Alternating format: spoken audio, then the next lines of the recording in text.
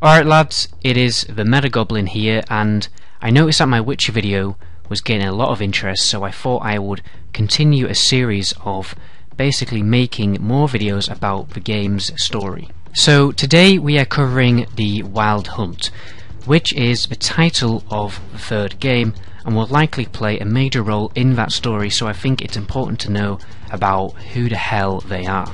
Well, more like what the hell they are. So let's jump into it. I think it's important to note that the Wild Hunt didn't originate from Sapkowski's writing, so it didn't actually come from The Witcher. The archetype of the Wild Hunt actually came from German folklore from the writer Jacob Grimm.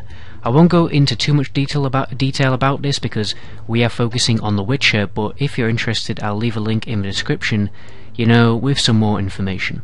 The Wild Hunt are described as a phantasmal, spectral group of horsemen, and they are normally accompanied by a pack of hounds. Basically, if you're looking for a contemporary, realistic, similar image, you'll be looking at a group of fox hunters.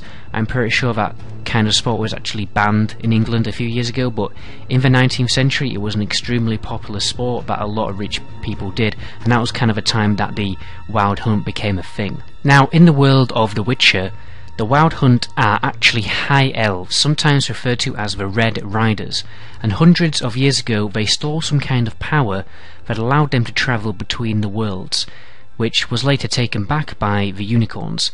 The only reason why they currently appear as phantoms or undead is because they are no longer powerful enough to travel between those worlds, because basically the unicorns took it from them, they stole their power back. So they are effectively projecting an image of themselves between the worlds.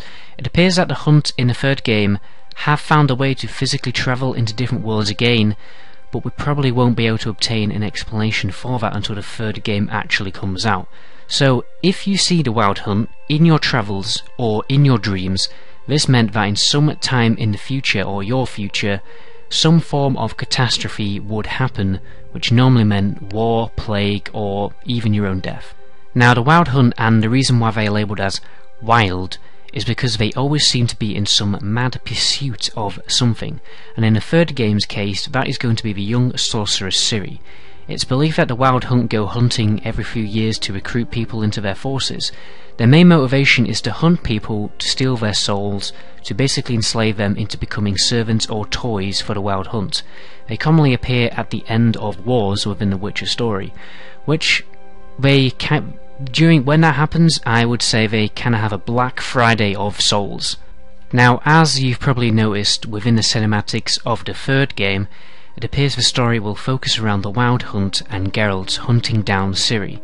Ciri is a character I will probably talk about more in a later video, but for now all you need to understand is that Ciri has elder blood, which means she is extremely powerful, and quite a lot of people within the realm want her for some purpose.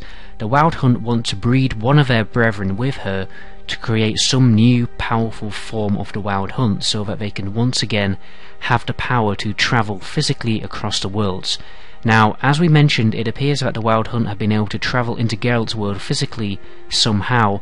I think the game will in some way explain this, but it probably means that they have been able to obtain some kind of power which has allowed some of the Wild Hunt to travel into Geralt's world rather than an entire army.